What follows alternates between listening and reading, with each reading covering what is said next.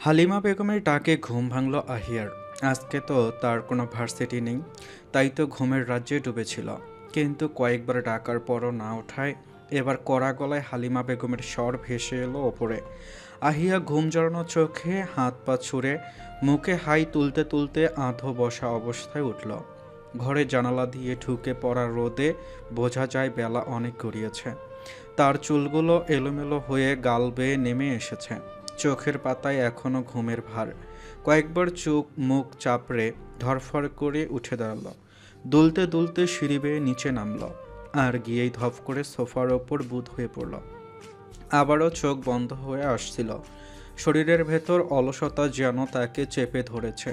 ঠিক তখন ওই ভেসে এলো এক পুরুষ কণ্ঠস্বর। চাচি আম্মা, আমার চাটা দিন। শব্দটা কানে যেতেই তড়াক করে চোখ মেলে তাকায় আহিয়া। মুহূর্তেই বুকের ভেতর কেমন যেন ধাক্কা লাগলো। ওই স্বরটা, ওটা তো আদনান ভাইয়ের। চোখ পিটপিট করে একবার ডান দিকে তাকালো। হ্যাঁ, সত্যি তো আদনান সোফার ওপর টেবিলে ল্যাপটপ খুলে মন দিয়ে বসে কিছু দেখছে। কপালে ভাঁজ, চোখে ভীষণ মনোযোগ। আহিয়ার চোখে ভর করে এলো অবাক প্রশ্ন। আদনান ভাই তো এই সময় বাসায় থাকে না, হাসপাতালের ডিউটিতেই থাকি সবসময়, তাহলে আজ এলেন না কেন? এই ভেবে ধরফর করে উঠে বসল সে। ঠিক তখনই হালিমা বেগম এক কাপ চা এনে আদনানের হাতে দিলেন। তার চোখ গিয়ে পড়ল এখনো ঘুমে কুঁকড়ে থাকা আহিয়ার দিয়ে। কপালে কুঁচকে বলে উঠলেন, কখন থেকে ডাকছি তোকে, এখন আবার এখানে এসে ঘুমাচ্ছিস? আহিয়া হকচকিয়ে উত্তর দিল। ডাকছো কেন? হালিমা বেগম বিরক্ত হয়ে বললেন, ডাকছো কেন মানে? মার্কেট যাব বলেছি কাল রাতে, সব ভুলে গেছিস নাকি?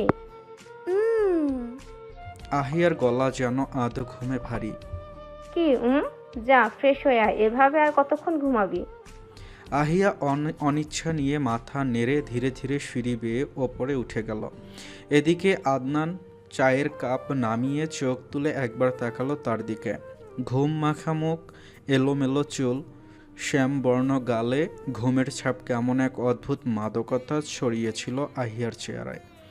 চোখ দুটো যেন আধো আলোতে মায়ার আবরণে ঢাকা। আদনান কয়েক সেকেন্ড তাকিয়ে রইল, তারপর ঠোঁটের কোণে মৃদু হাসি খেলে গেল। কিন্তু মুহূর্তের মধ্যেই সে আবার ল্যাপটপে চোখ নামিয়ে নিল, যেন কিছু হয়নি। ঠিক তখনই পাশ থেকে একটা কণ্ঠস্বর। ভাইয়া, তুমি হাসছো কেন? চমকে পেছনে তাকালো আদনান। আদিবা তার রং পেন্সিল হাতে বসে আছে আর বড় বড় চোখ মেলে ভাইয়ের দিকে তাকিয়ে প্রশ্ন করছে। আদনান এক মুহূর্তে থমকে গেল। ঠোঁটের কোণে জমে থাকা হাসিটা মিলিয়ে গিয়ে মুখটা শক্ত হয়ে গেল। গম্ভীর স্বরে বলল, কোথায় হাসলাম আমি? আমি স্পষ্ট দেখছি তুমি হাসছিলে। আদনান মৃদু ভঙ্গিতে উত্তর দিল। আচ্ছা, হতে পারে। তার কণ্ঠ এমন এক দ্ব্যর্থবোধক ছিল যেন সে সত্যিটা এড়াতে চাইছে। কিন্তু আদিবা তো আর কিছু বুঝল না। কিছুক্ষণ চুপচাপ ভাইয়ের দিকে তাকিয়ে রইল, তারপর আবার নিজের রং পেন্সিল নিয়ে ছবি আঁকতে বসে গেল। আদনান ধীরে নিঃশ্বাস ছাড়ল, একটা দীর্ঘ ভারী নিঃশ্বাস, যেন নিজের ভেতরের কোনো অচেনা অনুভূতি চেপে রাখতে চাইছে। ড্রয়িং রুমের সেই নীরবতার মাঝে এসে বসলেন আশফাক মীর আর আফরোজা শেখ। আফরোজা শেখ নিজের চেয়ারে বসে পড়লেন, হাতে থাকা কিছু কাগজপত্রে চোখ বুলাতে লাগলেন। ভ্রুতে হালকা কুঁচকানো ভাঁজ, যেন প্রতিটি অক্ষর মনোযোগ দিয়ে দেখছেন। এমন সময় পরিচারিকা ঋতু এসে ট্রেতে চায়ের কাপ নামিয়ে রেখে গেল। আফরোজা শেখ কাপ তুলে ধীরে চুমুক দিতে দিতে একবার চোখ তুলে তাকালেন আদনানের দিকে।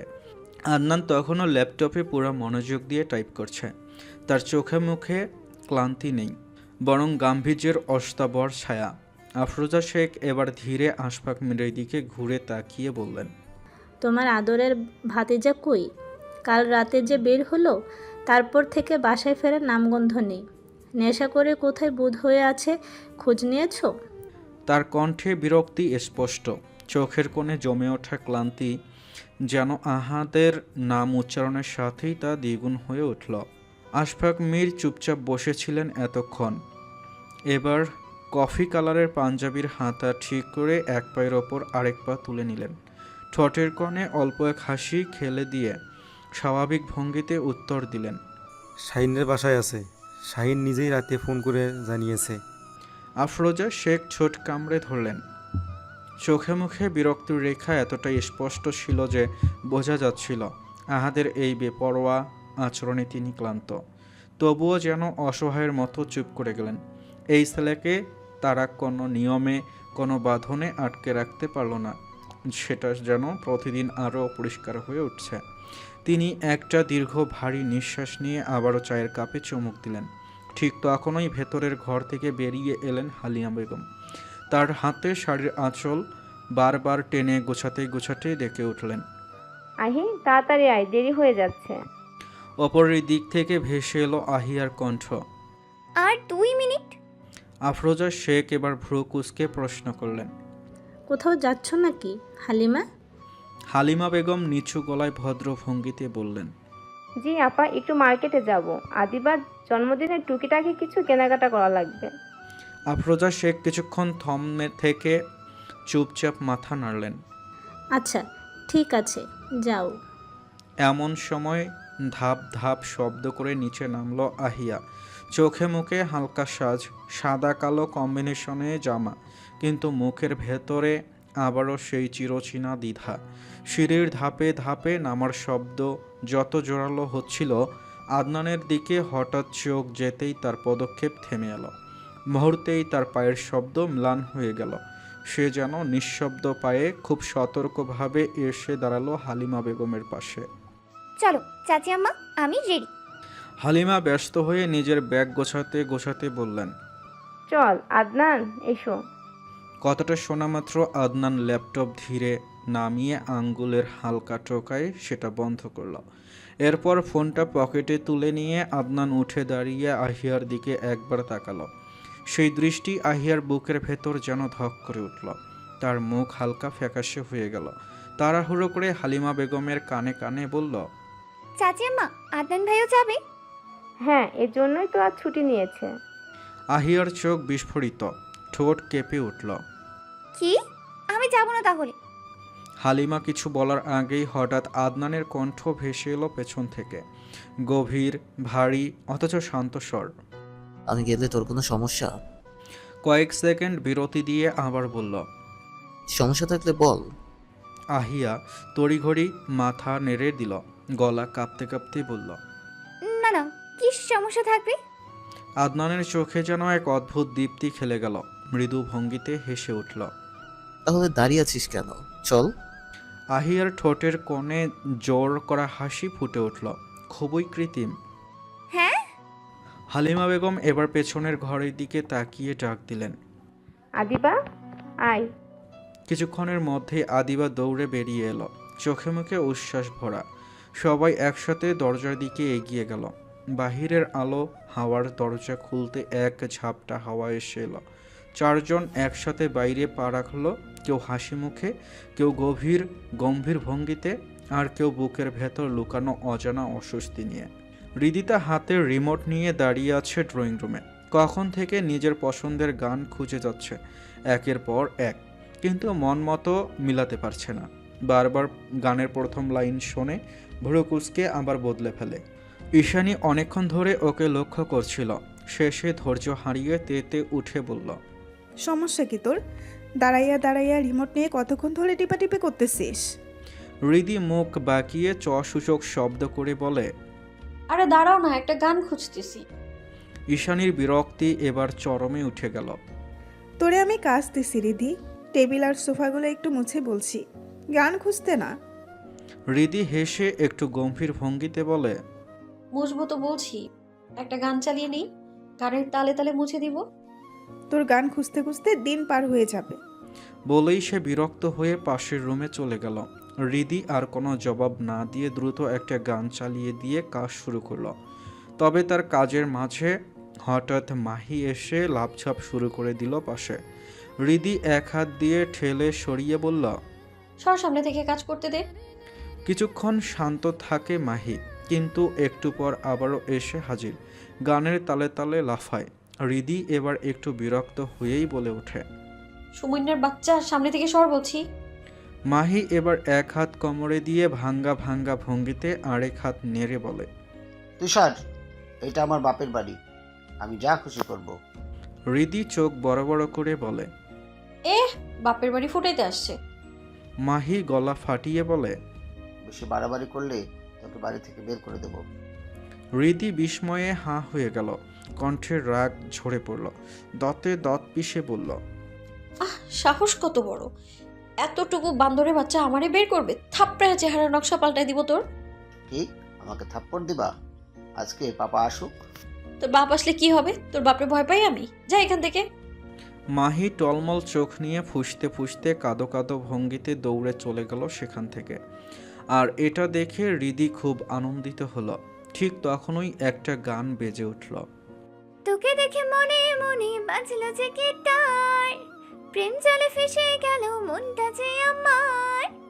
আয় তুই আমার হবি, আয় আয় আয়, দেব তোকে দেব 16 আনা, করিস না বাহানা, তুই মেরি গলিয়া জানা। গান শুরুর সাথে সাথেই হৃদি কাল রাতের আহাদের কথা ভেবে যেন অন্যরকম টালমাটাল হয়ে গেল। হাত ছুঁয়ে দিয়ে পা মেলিয়ে অদ্ভুত ভঙ্গিতে নাচতে শুরু করলো। তার ভেতরে চাপা অস্থিরতাগুলো যেন গানের তালে তালে বের হয়ে আসছে। ঈশানী পাশের রুম থেকে শব্দ শুনে বেরিয়ে এলো। দরজায় দাঁড়িয়ে কিছুক্ষণ তাকিয়ে রইল নিজের আধ পাগল বোনের দিকে। হৃদি চোখে মুখে এক অদ্ভুত উচ্ছ্বাস, আবার কিছুটা পাগলামির ছাপ।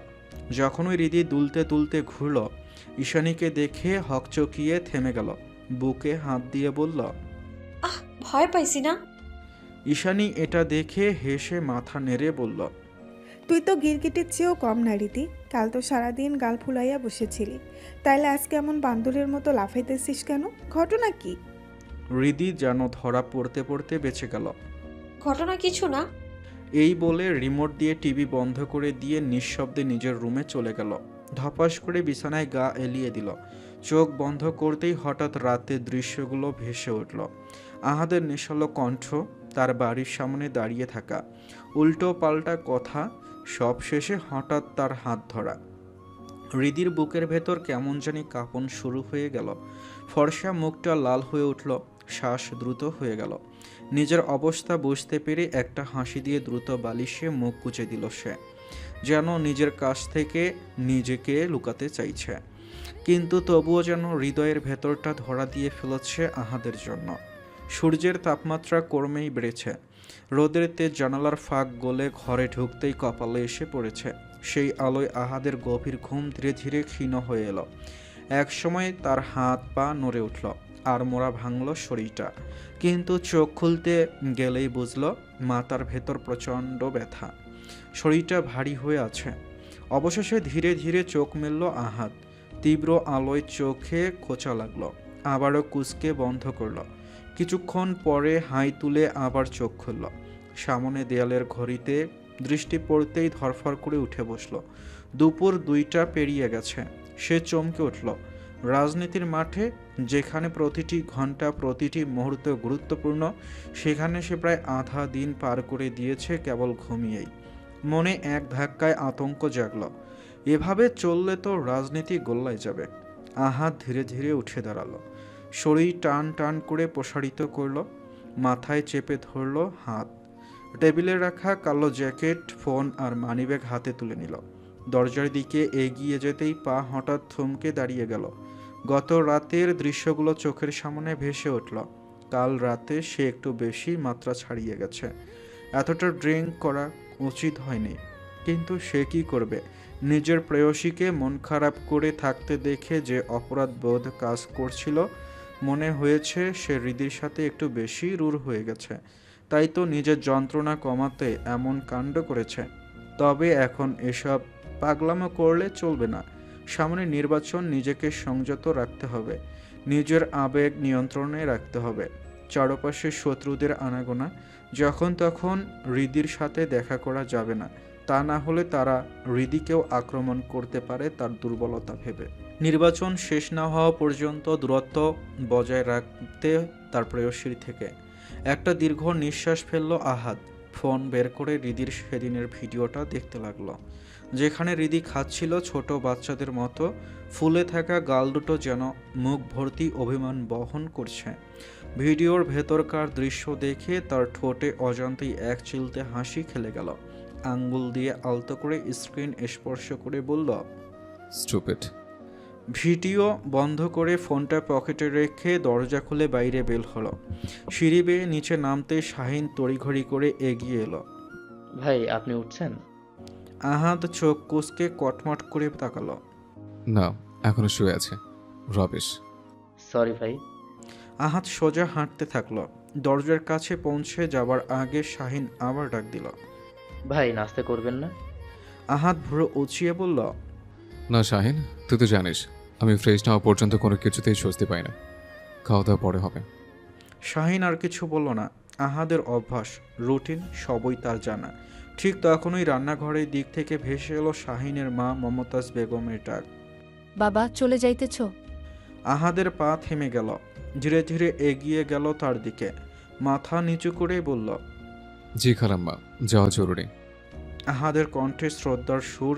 সব সময় থাকে মমতাজ বেগমের জন্য। আর মমতাজ বেগমও আহাদকে আপন সন্তানের মতো ভালোবাসেন। আজ সকালেই যখন শুনলেন আহাদ এখানে আছে, তখন থেকেই রান্নাঘরে ব্যস্ত হয়ে পড়েছিলেন। নিজ হাতে তার জন্য রান্না করেছেন আহাদের পছন্দের খাবার। ভালোবাসায় ভরা চোখে তাকিয়ে বললেন, খাবারটা খাইয়া যাও বাবা, তোমার পছন্দের গরুর মাংস ভুনা করছি, পরোটা বানাইছি গু। আহাদ একবার টেবিলের দিকে তাকালো। নানান পদে সাজানো, স্পষ্ট বোঝা যাচ্ছে ভালোবাসার ছোঁয়া। কিছুটা দোটানায় পড়ল সে। শাহিন এগিয়ে এসে আসতেই বলল, মা ভাইয়ের তো এখন সময় নাই ভাই। শাহিনের কথা সম্পূর্ণ হবার আগেই আহাদ গম্ভীর কণ্ঠে বলল, ঠিক আছে খালাম্মা, আপনি যখন এত কষ্ট করেছেন খেয়েই যায়। আমারও তো ক্ষুধা টুধা লাগে নাকি। পেটে হাত বুলিয়ে একটু ভঙ্গি করে বলল কথাটা। এক হালকা হাসি ছুঁড়ে মুখ ধোয়ার জন্য বেসিনের দিকে এগিয়ে গেল। ঠান্ডা পানি মুখে ছিটিয়ে আবার ফিরে এলো, টেবিলে বসল। মমতাজ বেগম খুশি হয়ে তার সামনে একে একে খাবার সাজিয়ে রাখলেন। আহাদ খেতে খেতে খুশি হয়ে প্রতিটি আইটেমে চোখ দেখল। প্রতিটি গ্রাসে যেন মায়ের স্নেহের স্বাদ মিশে আছে। তার মুখে পরিতৃপ্তির ছাপ ফুটে উঠল। শাহিন চুপচাপ দাঁড়িয়ে তাকিয়ে রইল। ভাইকে এত খুশি মনে খেতে খুব কমই দেখেছে। অবাক হয়ে মুখে হালকা হাসি ফুটল। অবশেষে নাস্তা শেষ করে আহাদ বাইরে বেরিয়ে এলো।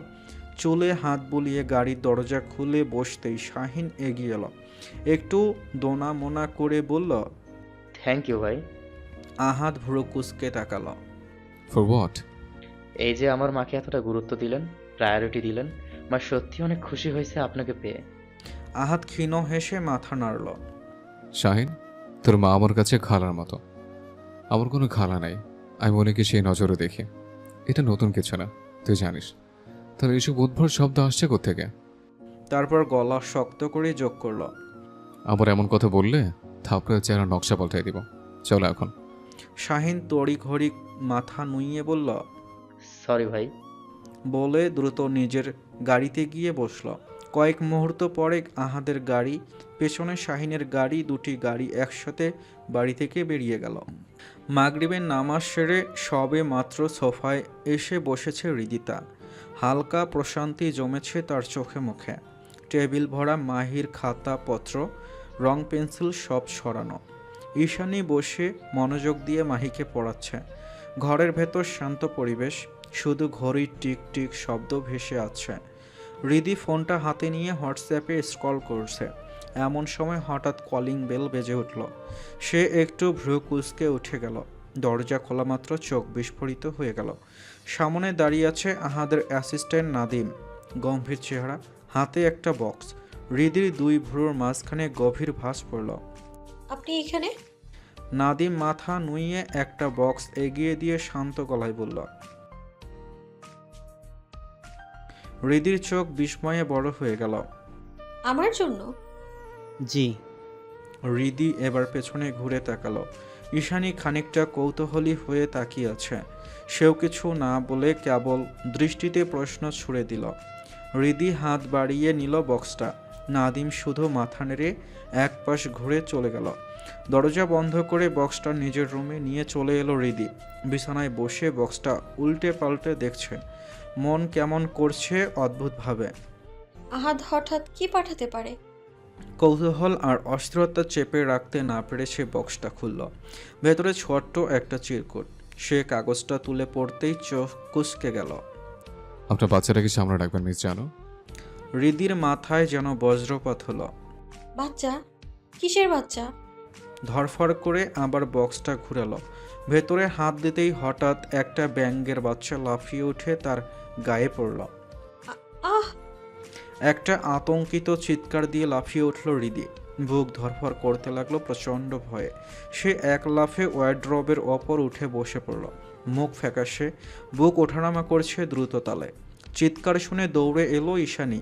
চোখে মুখে আতঙ্ক নিয়ে বলল, কি হয়েছে? চিৎকার করলি কেন? আর এভাবে উপরে উঠে বসে আছিস কেন? হৃদির গলা শুকিয়ে গেছে, তবু কাপা কাপা গলায় বলল। ব্যাং? ঈশানী কপাল কুঁচকে চারদিকে তাকালো। ব্যাং? কই ব্যাং? হৃদি কাপা হাতে আঙ্গুল তুলে ইশারা করল। ঈশানীর পায়ের কাছে সত্যিই একটা ছোট্ট সবুজ ব্যাঙ লাফাচ্ছে। ঈশানীও এবার চিৎকার করে উঠল। এক লাফে সে বিছানার ওপর উঠে দাঁড়ালো। হাঁপাতে হাঁপাতে মুখ বিকৃত করে বলল, ব্যাং আসছে কোথা থেকে? দুই বোনই ভয়ে জমে রইল। কেউ নামলো না নিচে। হৃদি শুধু ফেলফেল করে তাকিয়ে রইল বোনের দিকে। মুখে কোনো কথা নেই। ঠিক তখনই হৃদির ফোন বেজে উঠল। স্ক্রিনে স্পষ্ট আহাদের নাম্বার। রাগে দাঁত কটমট করে রিসিভ করলো হৃদি। অফাস থেকে ভেসে এলো পরিচিত কণ্ঠ। বাচ্চা পছন্দ হয়েছে মিস জানো। কণ্ঠের ভঙ্গিতে যেন মুচকি হাসি লুকানো। হৃদির বুকের ভেতর রাগে আগুন জ্বলে উঠল। সে ঝাঁঝালো কণ্ঠে বলল, এটা কেন করলেন আপনি? কি করলাম? ব্যাং কেন পাঠালেন? আহাদ নির্লিপ্ত সুরে বলল, যাক বাবা, ব্যাঙের বাচ্চারা তার মায়ের কাছে যেতে কান্নাকাটি করছিল, তাই তো সাহায্য করলাম, মায়ের কাছে পাঠিয়ে দিলাম। অন্যায় করে ফেললাম নাকি? হৃদি ক্ষোভে ফুঁসল। হ্যাঁ, অন্যায় করেছেন। আহাদ গলা নামিয়ে নরম কিন্তু কটাক্ষ মেশানো ভঙ্গিতে বলল, অন্যায় তো আপনিও করেছেন। আমি কি করেছি? দুবার কল দিয়েছে, রিসিভ করেননি। হৃদি গর্জে উঠল। তাই বলে আপনি ব্যাঙের বাচ্চা পাঠিয়ে দিবেন? এখন তো শুধু বাচ্চা পাঠিয়েছে, এরপর যদি আবার এমন করেন তখন কিন্তু পুরো বংশধর পাঠিয়ে দেব। ওপাশের কণ্ঠে যেন মজা, খুনসুটি, আবার হুমকির ছোঁয়াও। হৃদি আর কথা খুঁজে পেল না। রাগে শরীর কাঁপতে লাগলো, গলা আটকে এলো। অবশেষে প্রচণ্ড ক্ষোভে ফোন কেটে ছুঁড়ে মারল বিছানার ওপর। বুক ভরে উঠল আক্ষেপে। নিজের ওপর নিজেরই ক্ষোভ হলো। ঠোঁট কামড়ে বিড়বিড় করে বলল, আরে বজ্জাত বেটা, সত্যি সত্যি তোর কপালে হাত পাগল বউ জুটবে, দেখিস তুই। সে ধপ করে বিছানায় নেমে বালিশে মুখ গুজে দিল। চোখে পানি চলে এলো রাগ আর দুঃখে। বুকের ভেতর ভরা অভিমান তাকে দমিয়ে আনলো না, বরং সে মনে মনে আহাতকে অজস্র অদ্ভুত বদদোয়া দিতে শুরু করলো। পরের দিনটা ছিল মিরহাউজের জন্য একটু ভিন্ন। সকাল থেকেই বাসার পরিবেশ একটা কেমন ব্যস্ততার আমেজ। কারণ আজ তাদের ছোট মেয়ে আদিবার জন্মদিন। যদিও অনেক বড় আকারে উদযাপন করা হয়নি, তবুও ছোট্ট একটা আয়োজনের রেশ যেন বাড়িটাকে অন্যরকম করে তুলছে। বাসার ভেতরে যেন এক অদ্ভুত আনন্দ ছড়িয়ে আছে। সন্ধ্যা নামতেই আত্মীয় স্বজন আসতে শুরু করলো। যেহেতু আদিবা আর আহিয়ার সব বন্ধুদেরই আমন্ত্রণ জানানো হয়েছিল, তাই একে একে আনিকা, নীলা, তামিম, সাব্বির সবাই চলে এলো। তবে এখনও হৃদিতা এসে পৌঁছায়নি। তামিম এসেই প্রথমে চারপাশে চোখ বুলালো। স্পষ্ট বোঝা যায় সে হৃদিকে খুঁজছে, কিন্তু কোথাও চোখে পড়ল না। মনের ভেতর হালকা অস্থিরতা তৈরি হলো তার। সে আনিকার পাশে গিয়ে ধীরে জিজ্ঞেস করলো, অনিকা, রীতিতে আসবে না? আনিকা কাঁধ ঝাঁকিয়ে উত্তর দিল, জানি না, বলেছিল তো আসতে ইচ্ছে করছে না, তবে আহিয়াকে নাকি বলেছে আসবে, দেখি শেষ পর্যন্ত আসে কিনা। এই কথাতেই তামিমের ভেতরে এক অদৃশ্য শূন্যতা নেমে এলো। শেষ তো শুধু হৃদির সাথে দেখা হবে ভেবেই এসেছে, তা না হলে আসতোই না। এমন সময় সাব্বির পাশ থেকে ঠাট্টার সুরে বলে উঠল, দোস্ত দেখ, তোর অস্থিরতার কারণ আসছে। তামিম চমকে ঘাড় ঘুরিয়ে পেছনে তাকালো। সত্যি মূল দরজা দিয়ে ভেতরে ঢুকছে হৃদি। হৃদির পরে আছে হালকা আকাশি নীল রঙের একটা গাউন। সাজগজ নেই তেমন, শুধু ঠোঁটে হালকা লিপ গ্লস। মাথায় ওড়না পেঁচিয়ে চুল ভালো করে ঢেকে দিয়েছে। হাতে ছোট্ট একটা গিফট বক্স। সবার ভিড়ের মাঝেও তাকে যেন একেবারেই আলাদা দেখাচ্ছিল। তামিম নিজের আবেগ চাপতে না পেরে এগিয়ে গিয়ে বলল, হাই রিদিতা, হাই। এত দেরি করলে? আমি তো ভাবছিলাম আসবেই না। হৃদি ঠোঁট বাঁকিয়ে বলল, আসতে তো চাইনি, কিন্তু আহিয়ার জোড়াজোড়িতে আসতে হলো। ভালো হয়েছে এসেছ, দেখা হয়ে গেল। পাশ থেকে আনিকা খোঁচা দিয়ে বলে উঠল। দেখা তো প্রতিদিনই হয় ভার্সিটিতে। তামিম কেমন যেন গড়বড় খেয়ে হেসে ফেলল। আর এই, আমি সে কথা বলিনি, আমি তো শুধু। ঠিক তখনই আহিয়া দৌড়ে এসে হৃদিকে শক্ত করে জড়িয়ে ধরে বলল, আমি ভীষণ খুশি হয়েছি, তুই আসছিস। আনিকা মুখে দুষ্টু হাসি টেনে কটাক্ষ করে বলল, এতই যখন দরদ, তখন ভাইয়ের বউ করে এই বাড়িতে রেখে দিলেই তো পারিস। এই কথায় হৃদির বুক ধপাস করে উঠল।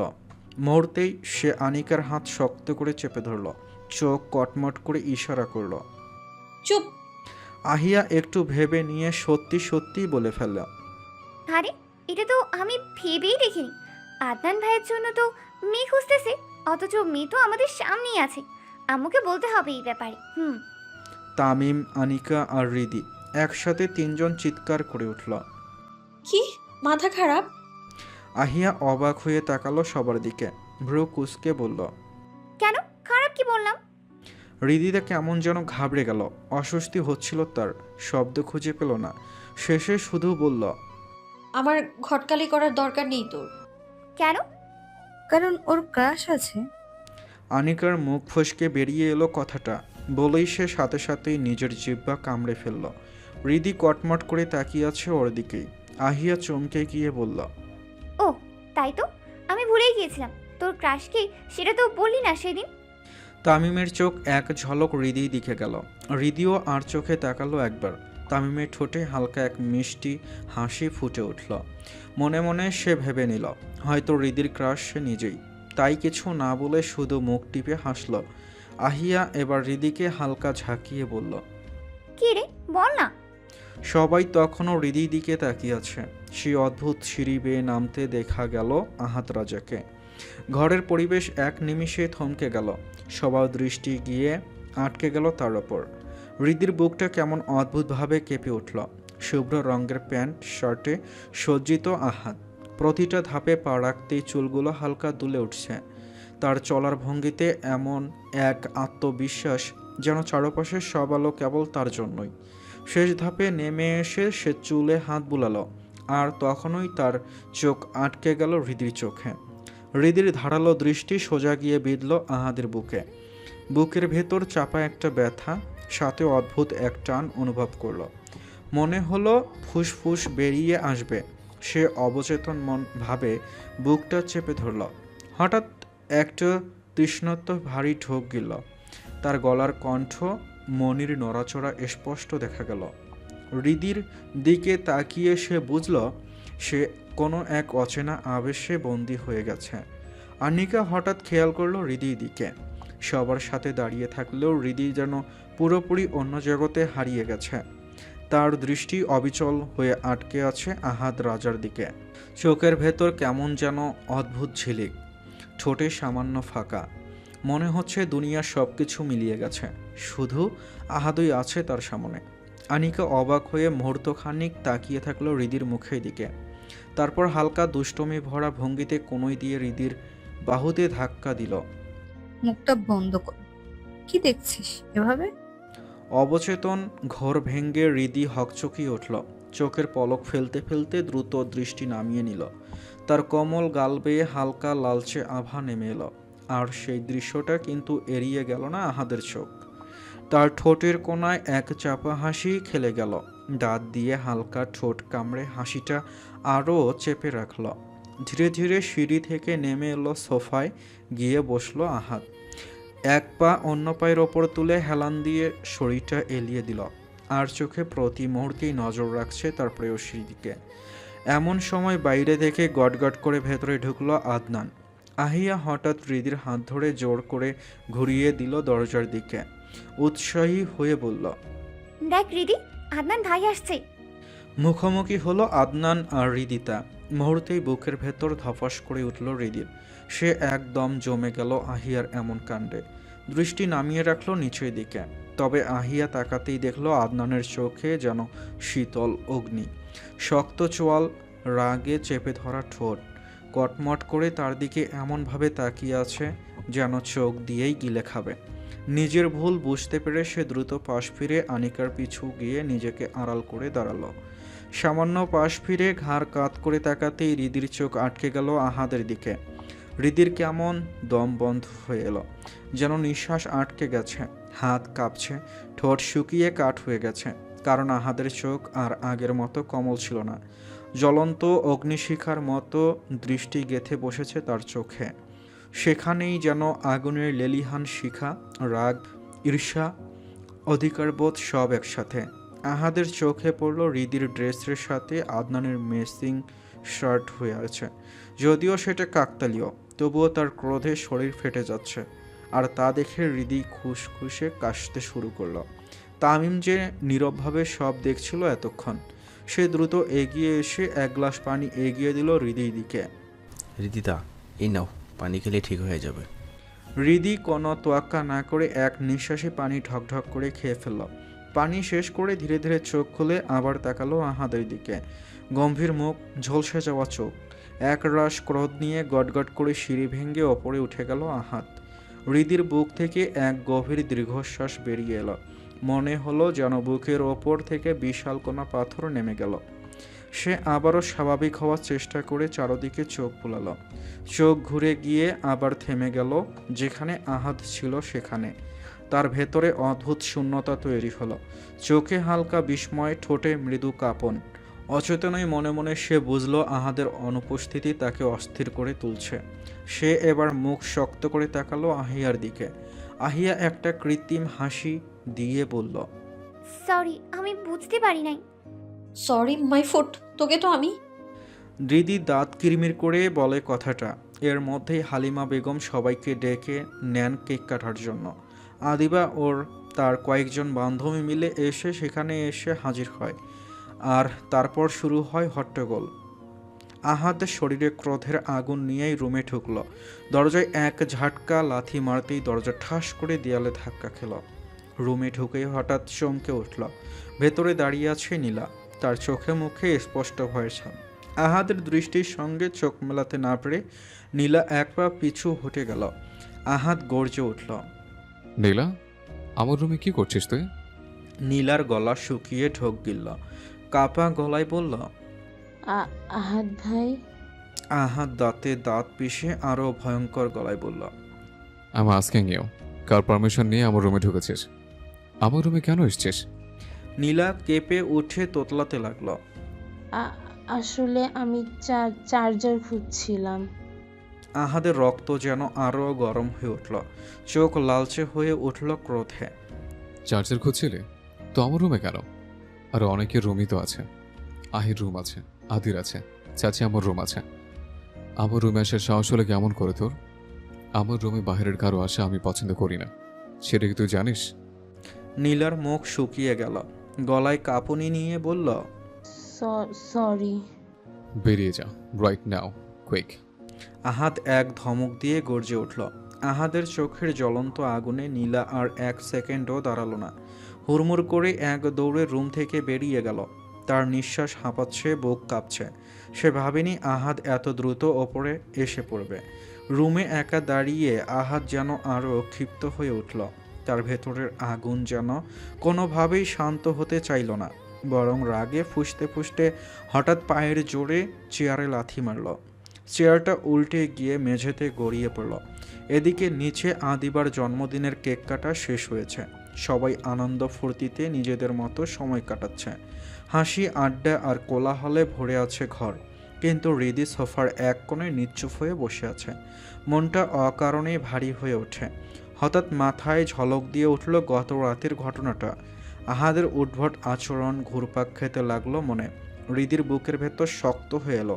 এটা নিয়ে আহাতকে সরাসরি প্রশ্ন করতে হবে, কারণ আহাতকে সে পছন্দ করে।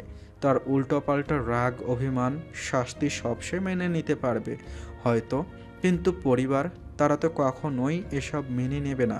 তাই সাহস সঞ্চয় করে ধীরে ধীরে সিঁড়ি বেয়ে ওপরে উঠে এলো। পা টিপে টিপে আহাদের রুমের দিকে এগিয়ে গিয়ে দরজার সামনে এসে থমকে দাঁড়ালো। যদি আবার রেগে যায়, যদি চিৎকার করে, তাকে শাস্তি দেয়, এই ভেবে এক মুহূর্ত দ্বিধায় পড়ল। ঘুরে যেতে নিলেই ভেতর থেকে আহাদের কর্কশ করাঘাতের মতো কণ্ঠ ভেসে এলো। যেটা বলতে এসছিস সেটা বলে যা, জানো। হৃদি চমকে উঠল, বুকের ভেতর ধুকপুকানি বেড়ে গেল। তবুও ধীরে ধীরে দরজা ঠেলে ভেতরে পা রাখল। আহাদের দিকে দৃষ্টি পড়তেই শ্বাস আটকে এলো তার। আহাদ একটা চেয়ারে হেলান দিয়ে বসে আছে, পা দুটো তুলে দিয়েছে টেবিলের ওপর, এক হাতে ধরা জ্বলন্ত সিগারেট, টেবিলের ওপর রাখা অ্যালকোহলের বোতল আর আধ খাওয়া গ্লাস। তার গাঢ় বাদামি চোখ আগুনের শিখার মতো জ্বলছে। হৃদি বিস্ময়ে চোখ বড় করে তাকিয়ে রইল এক মুহূর্ত। এরপর মুখ থেকে ফিসফিস শব্দে বেরিয়ে এলো, আপনি বাসায় বসেও নেশা করছেন? আহাদ হালকা হেসে নিঃশব্দে ধোয়ার কুণ্ডলি ছাড়ল। নেশায় নেশা কাটে, এক নেশা দূর করতে আরেক নেশার সাহায্য নিতে হয়। হৃদি চোখ শক্ত করে বলল, নেশা করা হারাম, ইসলামে জায়েজ নেই, পাপ হয় এতে। আহাদ বিদ্রূপে ঠোঁট বাঁকিয়ে হেসে উঠল। চেয়ার থেকে পা দুটো নামিয়ে উঠে দাঁড়ালো, হাতে গ্লাস তুলে নিয়ে ধীরে ধীরে এগিয়ে এলো হৃদির দিকে। চোখে ভয়ঙ্কর দৃষ্টি। হৃদির সামনে এসে সামান্য ঝুঁকে নিচু গলায় বলল, আমাকে পাপ পুণ্যের পার্থক্য শেখাতে এসেছ? হৃদির নিঃশ্বাস দ্রুত হয়ে এলো, তবুও সাহস করে বলল, না, আমি আমি গত রাতের ব্যাপারে কথা বলতে এসেছি। আহাদ ভ্রু কুঁচকে ঠান্ডা গলায় বলল, কি কথা? আপনি কালকে এমনটা কেন করলেন? আহাদ হঠাৎ জোরে হেসে উঠল। আজকে এমনটা কেন করলাম সেটা জিজ্ঞেস করবে না জানো? হৃদি ভ্রু কুঁচকাল। কোনটা? এটা। এই বলে আহাদ হঠাৎ গ্লাসটায় এক চুমুক দেয়। এরপর কয়েকবার গ্লাসটা ঘুরিয়ে এক ঝটকায় ঢেলে দিল হৃদির মাথার ওপর। অ্যালকোহলের গন্ধে চারদিক ভরে গেল। হৃদি আঁতকে উঠে নাক মুখ শক্ত করে খিঁচে নিল। তার জামা ভিজে নষ্ট হয়ে গেছে পুরোপুরি। চোখে বিস্ময়, ঠোঁটে কাঁপুনি নিয়ে দাঁত কিরমির করে বলল, এমনটা কেন করলেন আপনি? আমার জামা নষ্ট হয়ে গেছে। আহাদ ঠান্ডা হিমশীতল গলায় বলল, সেটাই তো চেয়েছি আমি। হৃদি ভ্রু কুঁচকে বলল, মানে আজকের পর থেকে রং তোর জন্য নিষিদ্ধ। মৃত্যুর আগ পর্যন্ত যেন এই রং গায়ে জড়াতে না দেখি। ড্রেস চেঞ্জ করো, কুইক। আহাদের চোখ জ্বলে ওঠে। কাট কাট দৃষ্টিতে তাকিয়ে বলল কথাটা। হৃদির বুক কেঁপে উঠল, চোখে বিস্ময়, ঠোঁটে অবিশ্বাস। রঙের সাথে তার রাগের সম্পর্ক কি? কিছুই বুঝতে পারল না। তবুও সাহস করে রাগে গলা কাঁপিয়ে বলল, আমার যখন ইচ্ছা, যেই রং ইচ্ছা আমি সেটাই পরবো, তাতে আপনার কি?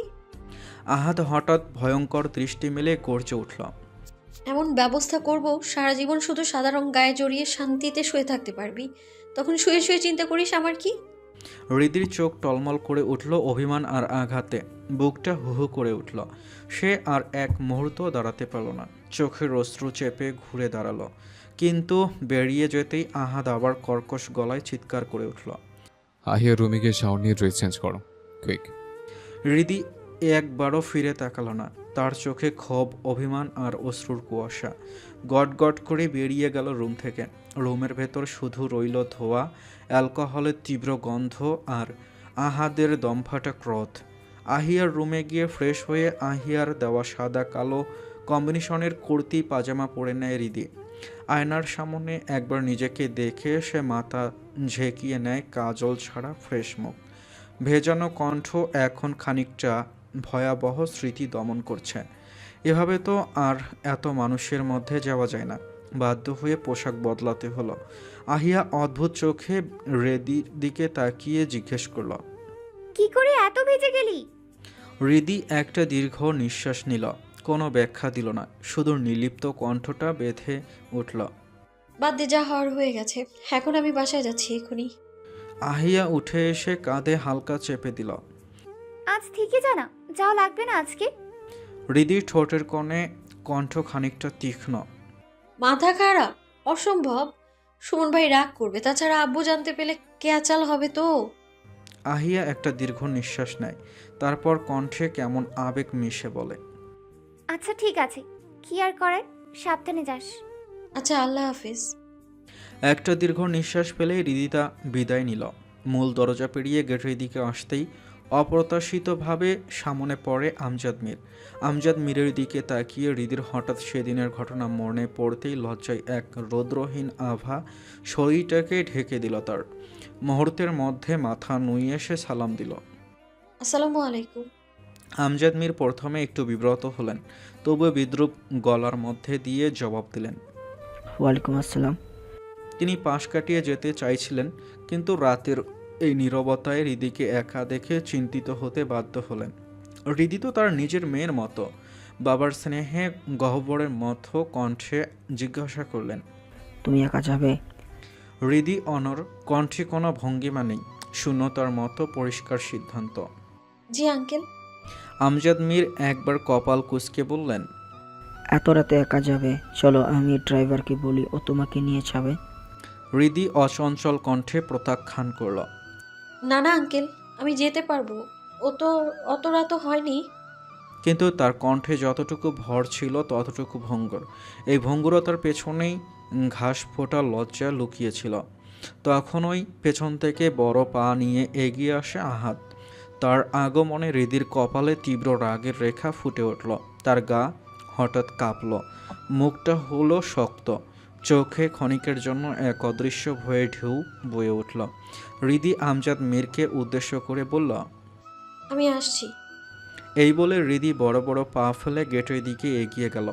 আহাদ হাত দুটো বুকের ওপর ভাঁজ করে নিজের বাবাকে পা থেকে মাথা পর্যন্ত তীক্ষ্ণ দৃষ্টিতে পরখ করল। এতে আমজাদ মীর একটু বিব্রত হলেন, এক ধাপ পেছনে সরে গেলেন। তার কণ্ঠে খাখা শব্দে বের হলো, এইভাবে শকুনের মতো দেখছো কেন আমাকে? তার মুখে অস্বস্তির রেখা। আহাদ ঠোঁটটা হালকা টানল, মৃদু তির্যক হাসি। পিতা পুত্রের মধ্যকার যে তিক্ততায় আজ নতুন মাত্রা ঢুকেছে তা উভয় বোঝে। আহাদ সরাসরি কটাক্ষ করে বলে উঠল, নিজের বয়সটা মাথায় রেখো, তাছাড়া ঘরে বউ বাচ্চা আছে, সেটা ভুলে যেও না। মুখে লাগাম টানো, বেয়াদব ছেলে। আহাদ প্রবল কণ্ঠে ধিক্কার দিল, তোমারই তো ছেলে। সেটাই তো সবচেয়ে বড় আফসোস, যে তোমার মতো ঠোঁটকাটা বেয়াদব ছেলে আমি জন্ম দিয়েছি। আহাদের কণ্ঠ তীক্ষ্ণ, চোখে কোনো অনুশোচনা নেই, কণ্ঠে বিদ্রুপ মিশিয়ে বলল, জন্ম দিয়েছ কেন? আমি বলেছি আমি পৃথিবীতে আসতে চাই? জন্ম যখন দিয়েছ, এখন ভুক্তভোগী হও। আরে হ্যাঁ, মিশে সওদাগরের মতো একদম আমার প্রেমে বাঁকড়া দিবা না, তাহলে 2 মিনিটও লাগবে না তোমার ডিভোর্স করাতে। নিজের বাবাকে ধমক দিচ্ছ? হ্যাঁ। আমজাদ মীরের কণ্ঠ কেটে আসে, চোখে লজ্জা আর হতাশার মিশ্র অনুরাগ। বেয়াদব ছেলে। না, তোমার ছেলে। আহাদ এবার আর এক ধাপ এগিয়ে এসে বাবার কানের কাছে নিচু গলায় বলল, আরেকটা কথা, এই আহাদ রাজা থাকতে তার হৃদি রানী একা যাবে কেন? এটা তো বোঝা উচিত ছিল মন্ত্রীমশাই। তার কণ্ঠে এক ধরনের অধঃপতন আর দাবি। যাই, নিজের প্রেয়সীকে তার গন্তব্যে পৌঁছে দিয়ে আসি। বাই। বলেই চোখ টিপে দিয়ে বাতাসের মতো পাশ কাটিয়ে হেঁটে চলে গেল। বড় বড় পা ফেলে চলে গেল গেটের দিকে। চলতে থাকা আহাদের পিছনে তাকিয়ে আমজাদ মীর কয়েকবার শ্বাস নিয়ে মৃদু কণ্ঠে বললেন, আল্লাহ, কোন পাপের ফল এটা? আমার নিজের ছেলে আমার সংসার ভাঙা নিয়ে হুমকি দেয়। আমজাদ মীর খানিকক্ষণ তাকিয়ে থেকে হতাশায় মাথা নেড়ে ভেতরের দিকে পা বাড়ালেন। অদ্ভুত এক মিশ্র অনুভূতি সহ সব কিছুই বহমান রাত্রির মাঝে বিলীন হয়ে গেল।